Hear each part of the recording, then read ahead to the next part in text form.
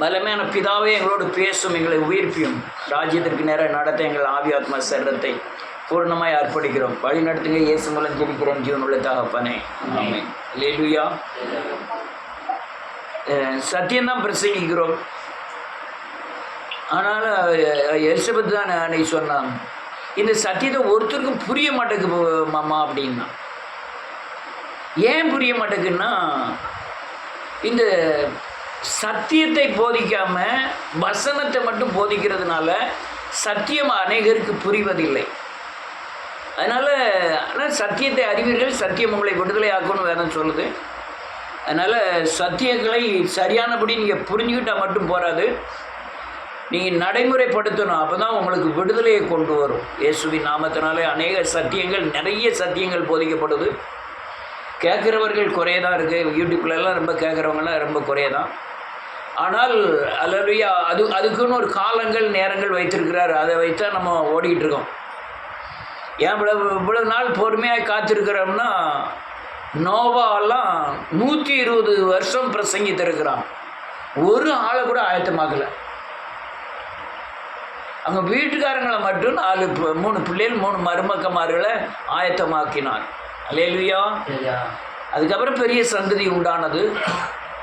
ஆனால் தேவ நோக்கம் அந்த 8 பேர் தான் அப்படின்னு இருந்திருக்கு இயேசுவின் நாமத்தினாலே. அதனால் நம்ம சத்தியம் வெளிப்போவதுக்கு உண்டான ஆவியானவருடைய நடத்துதல், அந்த காலங்கள், அந்த நேரங்கள் வெளியே வரணும். அப்போ தான் இந்த சொல்லுகிற சத்தியம் புரிந்து அநேகர் விடுதலை ஆவார்கள். அல்லேலூயா. அதே மாதிரி இப்போ இந்த அநேக குடும்பங்களில் பார்க்கிறேன்.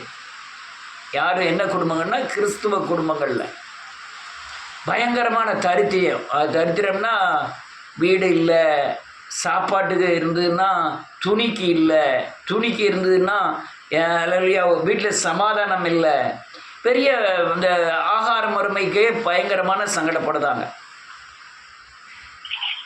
ஆனால் சிலர் பார்த்திங்கன்னா வியாதி படுக்கையில் ரொம்ப வேதனைப்படுறாங்க. அநேக குடும்பங்களில் கிறிஸ்துவர்களாக இருக்கிறவர்கள் கூட வியாதி படுக்கையில் அதிகமாக வேதனையும் துக்கங்களும் அனுபவிக்கிறார்கள். சில வீடுகளில் பார்த்தா கிறிஸ்துவர்களுக்கே செய்வன வச்சுருந்தாங்க, கிறிஸ்துவனே போய் செய்வன வைக்கிறான். கிறிஸ்துவன் செய்வன வைக்க மாட்டான்னு நினைக்கிறோ, கிறிஸ்துவனே கிறிஸ்துவனுக்கு செய்வன வைக்கிறோம்.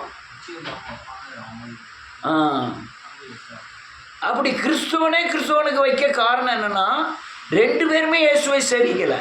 இப்போ நான் இயேசுவை சேவித்தாங்கன்னா எனக்கு செய்வனை வச்சா எனக்கு பிடிக்காது.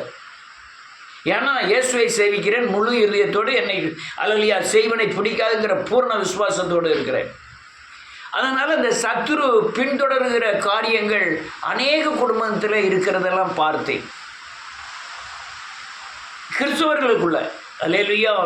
ஞாயிற்றுக்கிழமைங்கிறது ஆராதனை முடித்து போகும்போது பார்த்திங்கன்னா அநேக முஸ்லீம்கள் இந்த கருப்பு ட்ரெஸ்ஸை போட்டுக்கிட்டு தான் இந்த ஜோசியர் வீட்டில் ஏகப்பட்ட கூட்டங்கள் நிற்கி.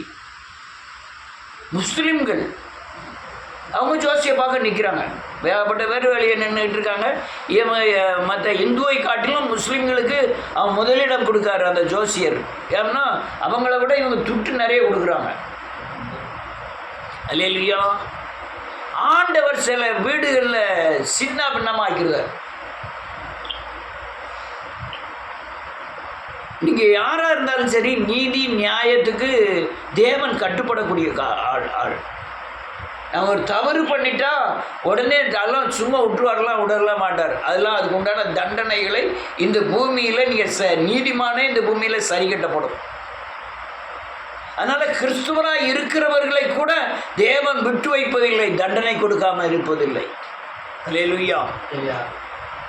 இதை இப்படி தான் கிறிஸ்துவர்களில் அநேகர் சீரழிகிறார்கள். அல்லேலூயா. தேவன் வைத்திருக்கிற ஆசீர்வாதம் நிறைய, ஆனால் மக்கள் ரொம்ப சீரழித்தாங்க இயேசுவின் நாமத்தினால.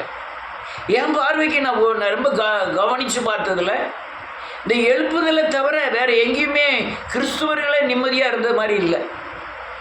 அல்லேலூயா. நீங்கள் ஆர்சி, சிஎஸ்ஐ, ஏஜி இந்த பெரு நிறுவனமாகிய இந்த சபைகளுக்குள்ளே போய் நுழைஞ்சு பார்த்தீங்கன்னா என்ன உறங்கும் இல்லையா? போனவர் வந்தது வேற இல்லையா? ரைட்டு. இல்லை, நம்ம பேசுறது வந்து தாலாட்டு பாட்டு மாதிரி இருக்கும். ரைட். அல்லேலூயா. பஞ்சம், பட்டயம், கொள்ளை நோய், சத்துரு, இந்த காரியங்களினாலே கிறிஸ்தவர்கள் பாதிக்கப்படுகிறார்கள். அதுவும் அதிகமாக பாதிக்கப்படுகிறார்கள். நம்மளும் பாதிக்கப்பட்டோம். ஆனால் அதிலிருந்து ஒரு விடுதலை அடைஞ்சி அதுக்கப்புறம் அது தாக்காதபடி நாம் தேவனுடைய பாதுகாப்புக்குள்ளே வந்துட்டோம். கிறிஸ்துக்குள்ளே வந்த பிறகு நோய் வரும், கிறிஸ்துக்குள்ளே வந்த பிறகு பிசாசு வரும், கிறிஸ்துக்குள்ளே வந்த பிறகு பஞ்சம் வரும், எல்லாம் வரும். ஆனால் அதற்கேற்ற சத்தியங்கள் போதிக்கப்பட்டு சத்தியத்தை பின்பற்றினோடனே அதுக்கப்புறம் அது நம்ம அண்டுவதே இல்லை. அல்லேலூயா. இந்த காரியத்தை தான் இன்னைக்கு நான் உங்களுக்கு போதிக்க போகிறேன்.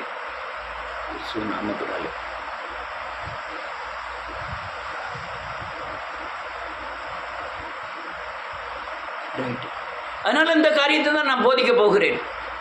அநேக வீடுகளில் இந்த பணத்தை குறித்ததான ஒரு பயங்கரமான என்ன சொல்ல அந்த பிடித்தமும் அல்லது தரித்தினியமும் அதிகம். பணம் பணம் பணம், நோக்கங்கள் புறமே பணம். அதே மாதிரி இல்லாமல் இல்லாமல் இல்லாமல் தரித்திரம் தரித்திரம் தரித்திரம். முன்னுக்கு பின் அப்படியே அந்த பணத்தை வச்சு விளையாட ஆரம்பிச்சிடலாம் இயேசுவின் நாமத்தினாலே. சொல்லு ஒரு மாதிரி இருக்கும். ஆனால் படிப்பு படிப்பு படிப்பு படிப்பு எங்கே பாருங்க ஒரே படிப்பு படிப்பு படிப்பு படிப்பு. உலகத்திலே அதிகமாக காலேஜ் இருக்கிறது யார் பேரில் தெரியுமா? படிக்காதவன் பேரில். பேதுரு யோவானும் படித்ததே இல்லை. உலகம் பூரா காலேஜஸ் பேர் பூரா பார்த்தீங்கன்னா ஜான்ஸ் காலேஜ், பீட்டர் காலேஜ், ஏகப்பட்டது. உலகம் பூரா அதிகம் படிக்காதவங்க, இயேசுவோடு இருந்தவங்க. அதனால் படிப்பு வேண்டாம்னு சொல்லலை. ஆனால் படிப்பை மையமாக வைத்து உலகம் அந்த உலகம் வீடு குடும்பம் அப்படியே உருண்டுகிட்டு இருக்கு. என் பிள்ளைகள்லாம் பரிசு எழுத போகும்போது நீ பாஸ் ஆனாலும் சரி, ஜெயிச்சாலும் சரி, தோத்தாலும் சரி, அதை பற்றிலாம் கவலை இல்லை, கருத்து இருக்காருன்னு தான் சொல்லி அனுப்புனேன். அல்லேலூயா. பேபிக்கு ஒரு ஜோம் பண்ணணும், உடனே அல்லையா எல்லாரும் சேர்ந்து ஜோம் பண்ணோம், அழகான மார்க் எடுத்துட்டா, பயந்துக்கிட்டு இருந்தா. அதை வச்சு நீ கிறிஸ்துவன் ஜீவம் பண்ணி சமாதானமாக இருக்கணும்னா முடியாது. அல்லேலூயா, முடியாது. இந்த காரியங்கள்லாம் கொஞ்சம் தெளிவாக நீங்கள் புரிஞ்சுக்கிட்டீங்கன்னா நீ இந்த உலகத்தில் நடக்கிறதுக்கு ரொம்ப லேசாக இருக்கும். சரி, இதுக்கு கதைக்கு வருவோம். நம்ம எப்படி பிசாசின் போராட்டம் காலேபிரருக்கு இருந்தது, அல்லையா செய்வனை போராட்டம் தாவீதுக்கு இருந்தது, தரித்தினி வியாதியின் போராட்டம் எனக்கு இருந்தது, பலருக்கு இருந்தது. இப்படி இதெல்லாம் எப்படி ஜெயிச்சோம்னா நல்லா கவனிக்கணும். தேவன் என் தண்டனையை சிலுவையிலே ஏற்றுக்கொண்டாருங்கிற விசுவாச அறிக்கையின் மூலமாக தான் ஜெயிச்சோம். எப்படி ஜெயிச்சோம்?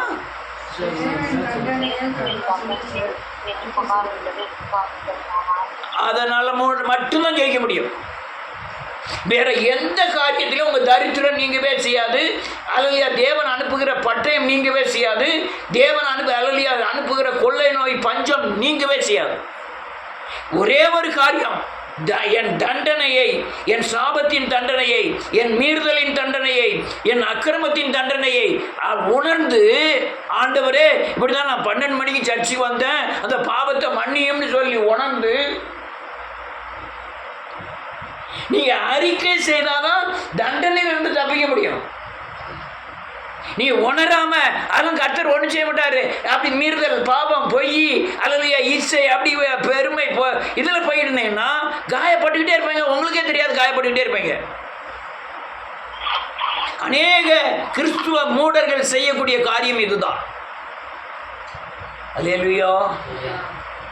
பொல்லாங்கினாலே சோதிக்கிறவர் அல்ல, வேதம் சொல்லுது சோதிக்கிறவரும் அல்ல, அவனவன் சுய இச்சையில இழுப்புண்டு சிக்குண்டு சோதிக்கப்படுகிறான் அப்படின்னு வேதம் சொல்லுது. அப்ப என்ன அர்த்தம்? நான் செய்கிற மீறுதலுக்கு தக்கன தண்டனை வருவது அவர் சோதனையினால் அல்ல, அவர் நீதினால. அவர் எழுதி வச்சிருக்கிறார் நீதி நியாயம். இந்த தப்புக்கு இந்த தண்டனை, இந்த தப்புக்கு இந்த தண்டனை எழுதி வச்சிருக்கார். அது ஆட்டோமேட்டிக்கா வந்து நமக்கு வந்து சேர்ந்துடும். அல்லேலூயா. திரும்பவும் சொல்றேன், அல்லையா இந்திய நாட்டில் மட்டுமல்ல உலகம் முழுவதும் இருக்கிற புறஜாதிகளை காட்டிலும் கிறிஸ்தவர்கள் அதிகமாய் சாகிறார்கள். சாகிறார்கள்னா இந்த பஞ்சம், பட்டயம், கொள்ளை நோய், அல்லேலூயா, இந்த காரியத்தினாலே சாகிறார்கள். அதுக்கு ஒரே முடிவு, சிலுவையில் என் பாவத்தின் தண்டனையை, என் சாபத்தின் தண்டனையை, பாவத்தின் தண்டனையை அவர் ஏற்றுக்கொண்டாருங்கிற முழு விசுவாசத்தில் நீ அறிக்கை செய்து ஜெயம் கொள்ள வேண்டும். அதுவரை நீங்கவே செய்யாதே, அவமானம் நீங்காதே, உன்னுடைய அல்லேலூயா உள் நோய்கள் நீங்குவதில்லை. நோய் இருக்கலாம், ஆனால் நோய் உன்னை பாதிக்காமல் இருக்கணும். இயேசுவின் நாமத்தினாலே கட்டில் கிடையாக்குவது பயங்கரமான வேசித்தரத்தின் அல்லேலூயா ஆதாரம். நீ வேணா வெளிப்படுத்தின விசேஷம் 2வது அதிகாரத்தில் போய் வாட்சி பார்த்துக்கிடுங்க. அநேகர் அல்லேலூயா வெளிப்புற சாயலுக்கு நல்ல பக்திமானாக தான் காணப்படுவார்கள், வெளிப்புற சாயலுக்கு ஊழியராக தான் காணப்படுவார்கள். அவர்கள் படுகையில் கடையில் அந்த கட்டிலில் கிடப்பார்கள். ஏன்னா உள்ளான மனுஷனை வைத்து மட்டும் தீர்ப்பல்ல, பெரும்பகுதி வெளியான மனுஷனை மட்டும் வைத்து தீர்ப்பல்ல, உள்ளான மனுஷன், உள் நினைவு, உள் சிந்தனை, உள் நோக்கம், உள் நடைகள், இதை வச்சுதான் உனக்கு தீர்ப்பே உண்டாகிறது. வெளியே நீங்க வேஷப்படலாம் பக்தியின் வேஷம், ஆனா உள்ள மனுஷன் எப்படி இருக்கிறான்? தேவனை சார்ந்து இருக்கிறானா, மனுஷனை சார்ந்து இருக்கிறானா, பணத்தை சார்ந்து இருக்கிறானா, அல்லது வசனத்தின்படி நடக்கிறானா, நடக்கலையா? இது உள்ளான மனுஷனுடைய தீர்ப்பின்படியே தான் வெளியான மனுஷன் பகிரங்கமாய் நொறுக்கப்படுகிறான். எனக்கு வேதனையா இருக்கு அநேக கிறிஸ்தவர்கள் படுகிற பாடுகள். அல்லேலூயா. சரி, ஒரு வசனத்தை வாசிப்போமே. என்னதெல்லாம்? பஞ்சம், சொல்லுங்க, பஞ்சம், பட்டயம், கொள்ளை நோய், அல்லேலூயா, சத்துரு பின்தொடர்தல். இது எதனால் அனுப்புகிறார்னா, நான் செய்த பாவத்திற்குண்டான தண்டனை. எதுக்கு? என்னதெல்லாம்?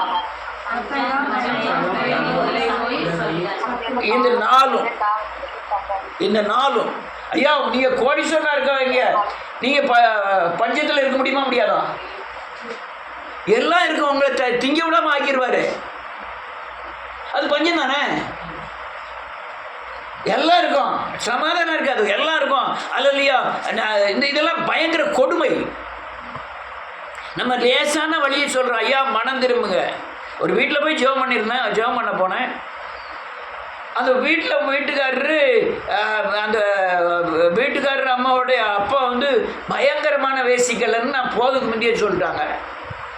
இவங்களுடைய நிலைமைகளும் பார்த்தா இவங்களும் லவ் மேரேஜ் பண்ணியிருக்காங்க, பிள்ளைகள் இருக்கு, வியாதி பயங்கர வியாதி அட்டாக் பண்ணிட்டு, அது இப்போமா நாளைக்கு அதெல்லாம் பயங்கர கொடிய வியாதி. இந்த ரோபோ சங்கர்லாம் செத்து போனான் இப்போ சமீபத்தில்.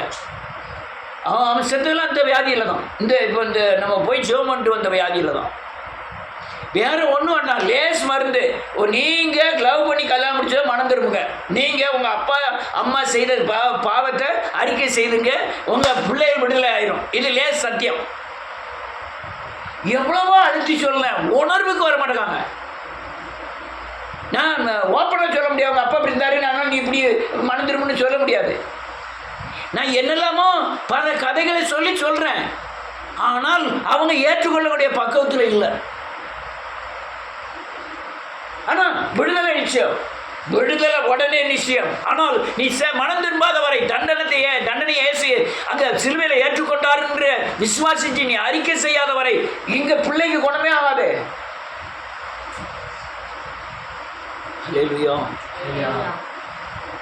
இப்படி பலர்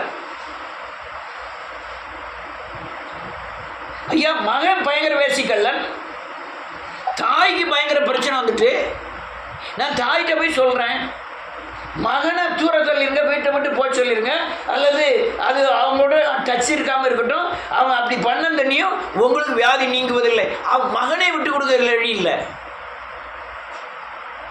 அப்போ இந்த காயத்திலேருந்து நீங்கள் வெளியே வர முடியாது. கிருபை இருந்தால், நான் சொல்கிறேன், பிரசங்கிக்கிறேன், ஆனால் கிருபை இருந்தால் யாருக்குனாலும் இறங்க வல்லவராக இருக்கிறார் தேவன். அல்லையா? கடைசி நேரத்தில் கல்லன் கூட இறங்கினார். ஆனால் கல்லனுக்கு ஏன் இறங்கினாரு? மனம் திரும்பணும்.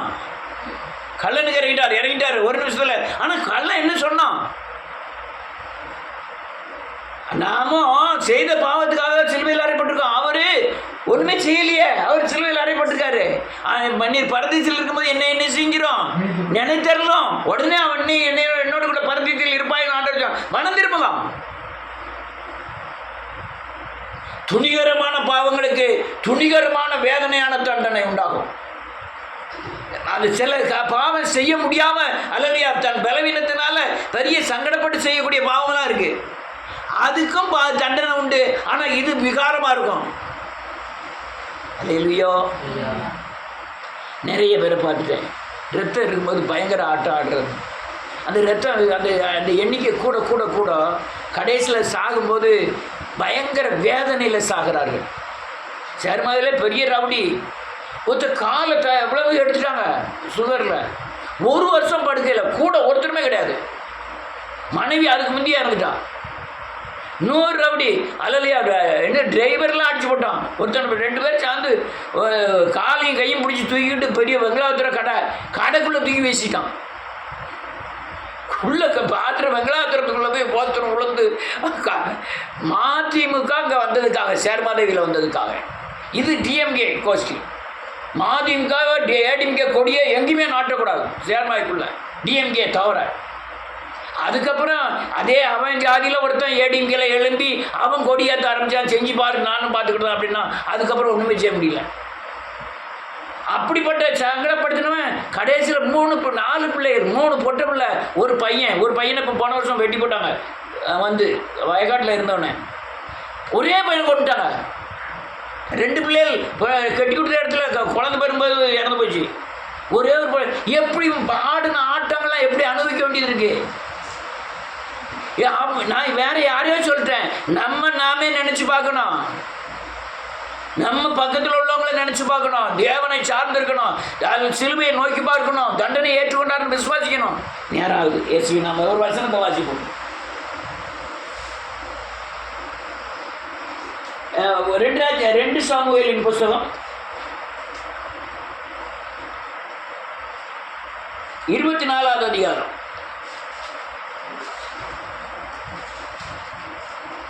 வாசிக்கலாம் 1ல இருந்து.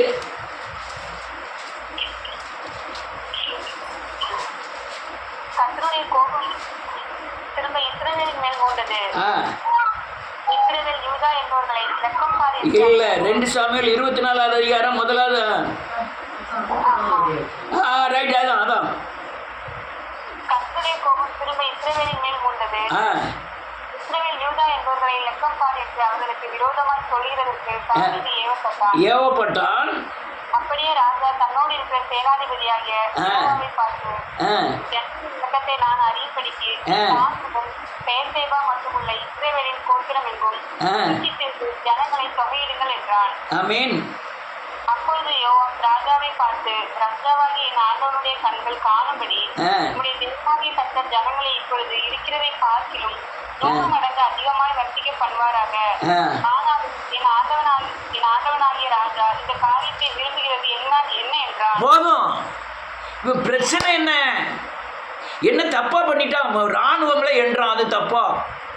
காரணம் ஏன் தப்பா அவனுக்கு நினைக்கப்பட்டதுன்னா, இவன் ஒரே ஆளா இருந்து பெலிஸ்தர் சேனையை பூரா முடியடிக்கக்கூடிய கோலியாத்தை வீழ்த்தினவன் தாவீது. அப்போ வரும்போது சொன்னான், நான் மனுஷ பலத்தை நம்பல, உன்னுடைய கர்த்தராய் இயேசு கிறிஸ்துவின் நாமத்தினால வருகிறேன்னா. ஆனால் இங்கு வரும்போது தான் பலத்தை நம்ப ஆரம்பிக்கான். எத்தனை அல்லேலூயா போர் வீரர்கள் இருக்காங்க, எத்தனை இதெல்லாம் எண்ணுங்க. அன்னைக்கு அதை எண்ணிக்கவே இல்லை, மனுஷ பலத்தை நம்பவே இல்லை. அது கர்த்தருக்கு பயங்கர கோபமாயிட்டு, நீ என்ன நம்பாம மனுஷனுடைய பலத்தை நம்புறல்ல. அதனால இது தீர்க்கதரிசிகள் சொல்லி தான் பார்க்குறாங்க. இவன் கேட்குற மாதிரி இல்லை. கர்த்தர் தண்டனை அனுப்பினார் பாருங்க. அடுத்த பக்கம்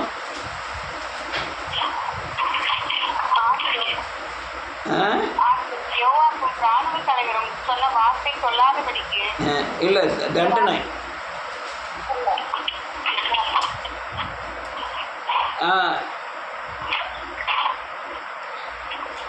11லேருந்து வாசிக்கலாம். தாவீது காலமே எழுந்திருந்த போது தாவீது ஞான சிருஷ்டிக்காரனாகிய காத் என்னும் தீர்க்கதரிசி கர்த்தருடைய வார்த்தை உண்டாகி சொன்னது, நீ தாவிடத்தில் போய் 3 காரியங்களை உனக்கு முன்பாக வைக்கிறேன். ஒரு காரியத்தை தெரிந்து கொள், அதை நான் உனக்கு செய்வேன் என்று கர்த்தர் உரைக்கிறார் என்று சொல் என்றார். அப்படியே காத்து தாவிடத்தில் வந்து அவனை நோக்கி, உன்னுடைய தேசத்துல 7 வருஷம் பஞ்சம் வர வேண்டுமோ அல்லது 3 மாதம் உடைய சத்துருக்கள் உண்மை பின்தொடர வேண்டுமோ, அவளுக்கு முன்பாக ஓடி போக வேண்டுமோ, அல்லது உங்களுடைய தேசத்தில 3 நாள் கொள்ள நோய் உண்டாக வேண்டுமோ, இப்போது என்ன அனுப்பினவருக்கு நான் என்ன மறு உத்தரவு கொண்டு போக வேண்டும் என்பதை நீர் யோசித்து பாருங்கள் என்று சொன்னார். போதும், அடுத்த வாசிக்கணும். 14-15 வாசிக்கணும். ஒரு நிமிஷம். ஆண்டவர் என்ன சொல்றாரு? இங்க வாயா, நான் பஞ்சத்தை அனுப்புவா, அல்ல சத்துருகிட்ட அனுப்புவா, இல்ல பட்டயத்தை அனுப்புவா, இல்ல கொள்ளை நோய் அனுப்புவா. இது தண்டனை. இது தாவீதுக்கு மட்டுமல்ல தண்டனை, எனக்கும் அதே தண்டனை தான், உங்களுக்கும் அதே தண்டனை தான். ஆனா அன்னைக்கு அவனுக்கு சிலுவை தரிசனம் இல்லை, சிலுவை இல்லை, சிலுவை அல்லேலூயா. இயேசு மரிப்பதற்கு முந்தி 4000-3000 வருஷத்துக்கு முந்தி வாழ்ந்தவன். ஆனா உடனே அவன் அடுத்த என்ன சொல்லலாம் பாருங்க, 15வது வசனம் இல்ல 14. அப்பொழுது தாவீது காத்தை நோக்கி, கொடிய இடுக்களில் அகப்பட்டு இருக்கிறேன், இப்போது நாம் கர்த்தருடைய கையில விழுவோமாக, அவருடைய இரக்கங்கள் மகா பெரியது, மனுஷர் கையில விழாதிருப்பனாக என்றார். போதும் ஒரு நிமிஷம். ஆண்டவர் உடனே மனம் திரும்ப ஆரம்பிச்சா, ஆண்டவரே நான் செஞ்சது தப்பு தான், உண்மை காலில் வந்து விழுதேன், அவன் கொள்ளை நோயில் பஞ்சத்தில் பட்டயத்தில் ஆட்கள் சாதுக்கு முந்தி நான் உண்மை காலில் விழுந்துருந்தேன், ஆண்டவரே உங்களுடைய கரத்தில் விழுவது நலமாயிருக்கும். அடுத்த 15வது வசனம். அப்பொழுது கர்த்தர் இஸ்ரவேலில் அன்று காலமே தொடங்கி குறித்த காலம் வரைக்கும் கொள்ளை நோய் வரப்பண்ணினார். தான் முதல் பேசவா மட்டுமுள்ள ஜனங்களில் 70,000 பேர் செத்து போனார்கள். போதும், ஒரு நிமிஷத்துக்குள்ள 70,000 பேர் ஆகிட்டு செத்துட்டாங்க. யார் பண்ண தப்பு? தாவீது பண்ண தப்பு. யார் பண்ண தப்பு? தகப்பன் பண்ண தப்பு. பிள்ளைகள் கூட அவுட்டு. அல்லேலூயா. அநேகர் நினைக்கிறாங்க, நான் பண்ணின தப்பு என் மனைவி தண்டிக்கப்படுவாளா? கண்டிப்பா தண்டிக்கப்படுவா. நான் பண்ண தப்புக்கு கணவர் தண்டிக்கப்படுவாரா? கண்டிப்பா தண்டிக்கப்படுவார். பிள்ளைகள் தண்டிக்கப்படுமா? கண்டிப்பா தண்டிக்கப்படும். இவன் பண்ணது தாவீது. ஆனா மக்கள் 70,000 பேரை செத்துட்டாங்க. என்னத்தை அனுப்பினார்? கொள்ளை நோயை அனுப்பிட்டார். கொள்ளை நோய் பல பல கோணங்களில் வரக்கூடும். என்னன்னு தெரியாது. திருப்பி நான் சொல்கிறேன், டாக்டருக்கும் சரீர மருத்துவத்துக்கும் கொஞ்சம் தான் சம்மந்தம் இருக்க தவிர ரொம்பலாம் சம்மந்தம் கிடையாது. உடம்புல ஒரு வியாதியின் அடையாளத்தை அவங்களால கண்டுபிடிக்க முடியாது. ஏதோ கொடுக்காங்க, காய்ச்சலுக்கா ஒரு பேரசிட்டமல் கொடுக்குறாங்க, உடனே குணமாகுது. ஒரு ஊசியை போட்டாங்க, குணமாகுது. சில அநேக வியாதிகள் டாக்டருக்கெல்லாம் தெரியாது. டாக்டரும் கேட்டுக்கிட்டு இருப்பாங்க, தெரியாது. ஏன்னா அணுக்கள் இருக்கு, எத்தனையோ சுரப்பிகள் இருக்கு, எத்தனையோ கிரியைகள் உள்ள நடந்துகிட்டு இருக்கு. மனுஷன் அதிசயமாய் செய்யப்பட்ட முத்திரை மோதிரம், அவனுக்குள்ள செய்யற காரியங்கள் என்னன்னு தெரியாது. ஏதோ சில காரியங்கள் மட்டும்தான் தெரியுமே தவிர எல்லாம் தெரியாது. அல்லேலூயா. அதனால அவங்க உடனே கர்த்தருடைய, நீங்களும் அப்படிதான் கர்த்தருடைய கருத்தில் விழுந்தீங்கன்னா அல்லேலூயா கொள்ளை வருது தப்பிச்சிடலாம். வீட்டில் பிரச்சனை வந்துட்டு ஒரு ஆள் படுக்கையில் இருக்குது, நீ அல்லேலூயா ஒரு ஆள் அல்லேலூயா கொலைக்கு நியமிக்கப்பட்டிருக்கு, ஒரு ஆள் இப்படிலாம் இருக்குன்னு வச்சுக்கிடுவோம். வீட்டில் எல்லாரும் இருந்து முழங்கால் போட்டு மனம் திரும்பி தாப்பான் தாயி பூட்டனார் செஞ்ச பாவத்தை அறிக்கை செய்து தேவன் சமூகத்தில் ஜெபம் பண்ணணும். ஜெபம் பண்ணனா அந்த காரியத்திலிருந்து விடுதலை ஆக முடியும். அநேகர் விடுதலை ஆகிறதே இல்லை. இவங்க காலகட்டத்தில் ஏகப்பட்ட ஜெபம் பண்ணியிருக்காரு, மனம் திரும்புதல் ஜெபம். இப்போ 2 தடவை சாகுவரையும் போயிட்டு தப்பிச்சிட்டாரு. இப்போ அவர் மனசுக்குள்ள என்ன நினைப்புன்னு அடுத்தாலும் சாகுவரையும் போனாலும் நம்மளும் மனம் திரும்பி என்ன செஞ்சுக்கலாம்.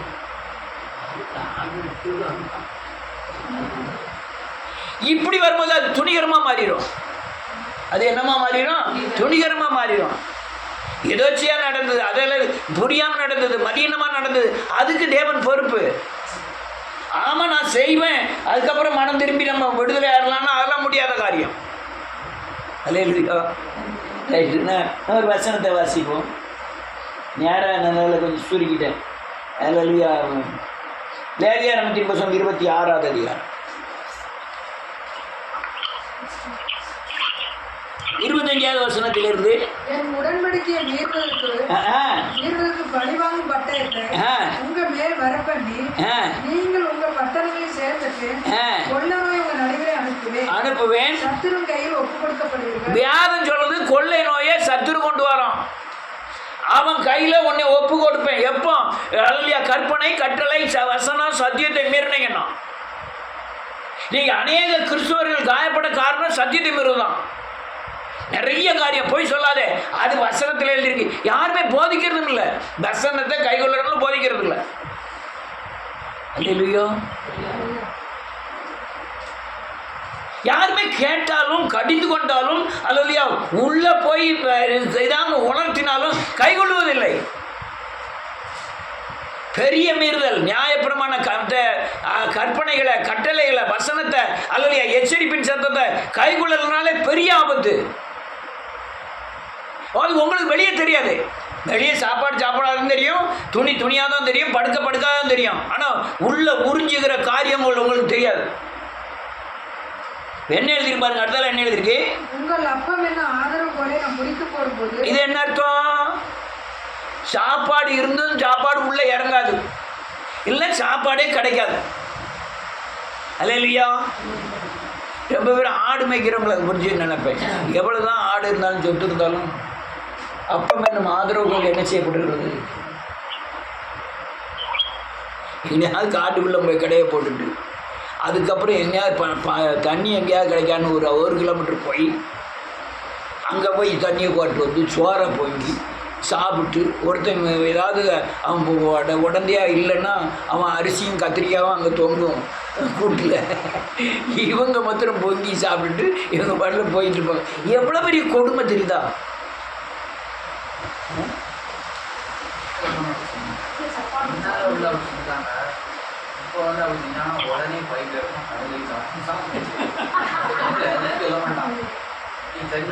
இது என்ன, இது ஒரு கோணம்.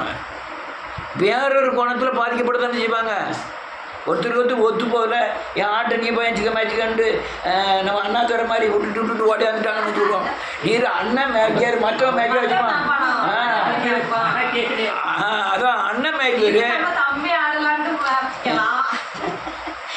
உங்கள் அப்பம் என்ன ஆதரவாலை அவர் மறித்து போடும்போது 10 ஸ்திரீகள் ஒரே அடுப்பில் உங்கள் அப்பத்தை சுட்டு அதை திரும்ப உங்களுக்கு நெருப்பு கொடுப்பார்கள். சாப்பிட்டு திருப்தி அடைய மாட்டீர்கள். வேதம் சொல்லுது உங்கள் அப்பத்தை எடுத்து உங்களுக்கே நெருத்து கொடுப்பாங்க. இவ்வளவுதான் சாப்பிடணும்னு. இதெல்லாம் அப்பம் ஆதரவுகள் முறிக்கப்படுகிற காரியங்கள். ரொம்ப ஜாகிடம். நீங்க கற்பனை கட்டளை மீற மீற மீற மீற அப்பம் என்னும் ஆதரவுகள் அங்கே முறிக்கப்பட்டுக்கிட்டே இருக்கும். சந்ததிகள் பாதிக்கப்படும். அடுத்த நிலை இருக்கு. இன்னும் இவை எல்லாவற்றிலும் நீங்கள் எனக்கு செவி கொடுக்காம எனக்கு எதிர்த்து நடந்தால் நானும் உக்கிரத்தோடு உங்களுக்கு எதிர்த்து நடந்து நானே உங்கள் பாவங்களை நிமித்தம் உங்களை ஏலத்தனையா தண்டிப்பேன். வேதம் சொல்லுது உங்களை ஏலத்தனையாய் தண்டிப்பேன். சர்ச்செல்லாம் பேசிட்டா பெரிய வேணா வந்துடும் இயேசுவின் நாமத்தினால். இது நம்ம எழுப்புதல் சத்தியமாக்குள்ள நம்ம கரெக்டாக கல்ல சத்தியத்தை மாதிரி சொல்கிறோம். ஏழந்தனியா உங்களை யார் எதிர்த்து நிற்கா? மனுஷன் எதிர்த்துனா மனுஷனோட சண்டை போடலாம். உங்களுக்கு எதிர்த்து நிற்கிறது யாரு? தேவன். ஏழந்தனியா எந்த கோணத்தில் வரும்னே சொல்ல முடியாது. அல்லேலூயா. இப்படி பஞ்சமும் பட்டயமும் கொள்ளை நோயும் அல்லேலூயா நம்மை பின்தொடர்றதுக்கு ஒரே காரணம் மீறுதல். அல்லேலூயா. மீறுதல், துணிகரமான பாவங்கள். சத்தியத்தில் நீ ஒவ்வொரு சத்தியத்தை கேட்கிறவர்கள் பாக்கியவான். ஆனால் நீங்கள் சத்தியத்தை கேட்கும்போது உங்கள் இருதயம் தொடும். ஏன்னா என் வார்த்தை இல்லை, யாரோட வார்த்தை? தேவன். இருதயம் தொடாத ஆளே இல்லை. வந்து உட்காந்து சோதனை பண்ணி உட்காந்து கேட்க ஆரம்பிச்சிட்டீங்களா? தூங்குனேன்னா ஒரு வேளை உங்களுக்கு தப்பிச்சிட்டியா? யாருன்னு கேட்டால் என்ன சொல்கிறாங்கன்னு தெரியாது. ஆனால் உங்க தூங்காமல் கேட்டீங்கன்னா உள்ளே போயிட்டு கணக்கு யாருக்கு? கரெக்டாங்க எழுதி வச்சிருப்பாரு. இத்தனாம் தேதி இன்ன கிழமை இவன் இவ்வளவு கத்துனானா நீ ஏன் கேட்கலன்னு கேட்பாரு. அவர் ஜீவ புஸ்தகத்தில் என்ன செய்யப்படுதான் எழுதப்படுகிறது. 2 பேர் இயேசுவை குறித்து பேசுவார்கள். அவர் புஸ்தகத்தில் முன்னால புஸ்தகம் இருக்கு, அதுல எழுதப்பட்டிருக்கிறது. நீ தீர்ப்புல போய் நிற்கும் போது சொல்லுவாரு, இத்தனாம் தேதி இன்ன கிழமை இத்தனை மணிக்கு இவ்வளவு கத்துனானா நீ ஏன் கேட்கலங்கிற கேள்வி வரும். நான் இதெல்லாம் பொது அறிவு இல்லை, இது வேதத்தின் அடிப்படையில் சொல்றேன். அல்லேலூயா. ரைட், இன்னொரு வசனத்தை வாசி முடிக்கிறேன். அதே அதிகாரம் 40வது வசனம். அவர்கள் எனக்கு விரோதமாக துரோகம் பண்ணி நடப்பித்த தங்கள் அக்கிரமத்தையும் தங்கள் பிதாக்களின் அக்கிரமத்தை அழிக்கணும் என்று வேதம் சொல்லுது. அவர் சமூகத்தில் போய் நின்று அக்கிரமத்தையும் உன்னுடைய பிதாவின் அக்கிரமத்தையும் எப்போ இது உணர்வே வராது. கை கால் போன பிறகு உறுப்புல ஒன்று பிச்சை எடுத்த பிறகு அல்லது வேதனை அடையும் போது பிசாசு வந்து அடிக்கும் போது அப்பதான் உணர்வே வரும். ஐயோ இவ்வளவு நாள போதகர் சொல்லை போனேனே, மாமிசம் அழுகி நாரி கீழே விழும்போது தெரியும் போதகர் சொல்ல கேளாமல் போனேனேன்னு. அதுதான் எழுதியிருக்கேன். அடுத்தால அவர்கள் எனக்கு எதிர்த்து நடந்தபடியால் நானும் அவர்களுக்கு எதிர்த்து நடந்து அவருடைய சத்துருக்களின் தேசத்திலே அவர்களை கொண்டு போய் விட்டதையும் அறிக்கையிட்டு விருத்த சதனம் இல்லாத ஆமென் தங்கள் இதயத்தை தாழ்த்தி தங்கள் அக்கிரமத்துக்கு கிடைத்த தண்டனையை ஆமென். இதுதான் பெரிய காரியம். தான் செஞ்ச தவறுக்குண்டான தண்டனை தான். இந்த கண்ணை எடுத்துட்டாங்க, இந்த இருதயத்தில் பிரச்சனை, கிட்னியில் பிரச்சனை, அல்லது குழந்தை பேட்டில் பிரச்சனைன்னு யாருமே நம்புறதில்லை. யாருமே இது வியாதின்னு நினைக்கிறாங்க. எந்த வியாதி உன்னை தொடுவதில்லை. நீ இயேசுவை போல மாற மாற எந்த வியாதி உன்னை தொடுவதில்லை.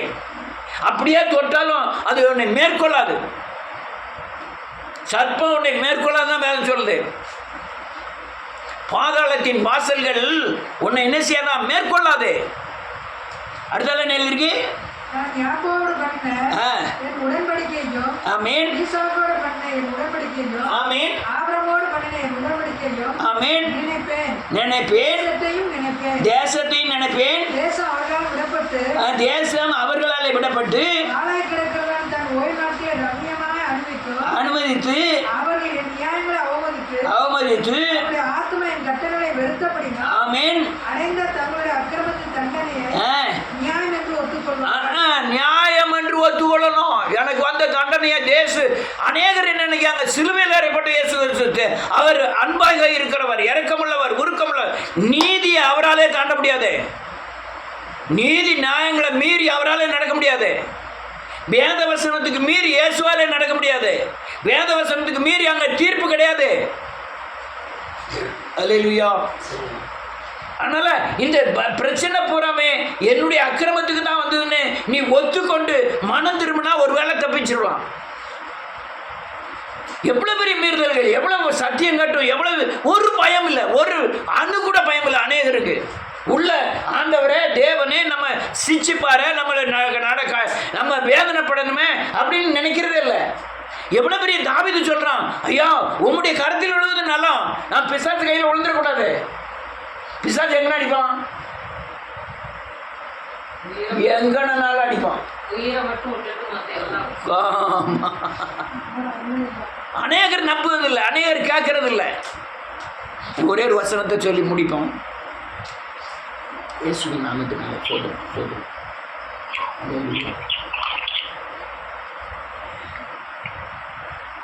1 ராஜாக்களின் புஸ்தகம் 8வது அதிகாரம். நிறைய சொல்ல வேண்டியது நேரம் இல்லை, அதனால் முடிச்சிருவேன். 1 ராஜாக்களின் புஸ்தகம் 8வது அதிகாரம் 37 வாசிக்கலாம். செல்ல வாசி யாராவது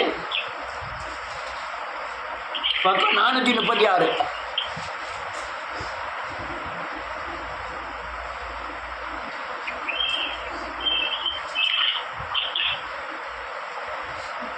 எட்டாவது அதிகாரம் 1 ராஜாக்கள் 8வது அதிகாரம் 37வது வசனத்திலிருந்து.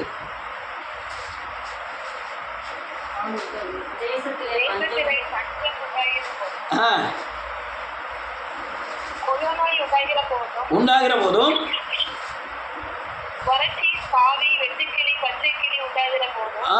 அவர்கள் பட்டணங்களை முற்றுகையிட்டு வருகிற போதும் யாதொரு பாதையாகிலும் வியாதியாகிலும் வருகிற போதும் ஜனமாகிய இஸ்ரவேல் அனைவரிலும் எந்த மனுஷனாலும் தன் இருதயத்தின் வாதையை உணர்ந்து இந்த ஆலயத்துக்கு நேராக தன் கைகளை விரித்து செய்யும் சகல விண்ணப்பத்தையும் சகல வேண்டுதலையும் ஆமென் பரலோகத்தில் இருக்கிற கேட்டு மன்னித்து வாசி கொடுத்த தேசத்தில் அவர்கள் உயிரோடு இருக்கும் நாளெல்லாம் பயப்படும்படிக்கு தேவனின் ஒருவரே எல்லா மனுபுத்திரனின் இருதயத்தையும் அறிந்தவராதலால் நீர் அவனவன் இருதயத்தை அறிந்திருக்கிறபடியே அவனவனுடைய வழிகளுக்கு தக்கதாக செய்து ஆமென். அவன் வழிகளுக்கு தக்கன, அவன் யோசனைக்கு தக்கன, அவன் உள்ளான மனிதனுக்கு கிரியைகளுக்கு தக்கன பலன் அளிப்பார் கர்த்தர். நீ தேவ சமூகத்தில் வந்து அழுது மனம் திரும்பி பாவ மன்னிப்பு நிச்சயத்தை பெற்று தேவனை சேவிக்க கற்றுக்கொள். இன்னைக்கு கிடைக்கிற சத்தியம் இன்னொரு நாள் கிடைக்காதே. இன்னைக்கு கிடைக்கிற விடுதலை நாளைக்கு கிடைக்கும்னு சொல்ல முடியாது. அதுக்குள்ள நீங்க மனம் திரும்பி தேவனை சார்ந்து வாழ்றதுதான் சரியான முறைமைகள்.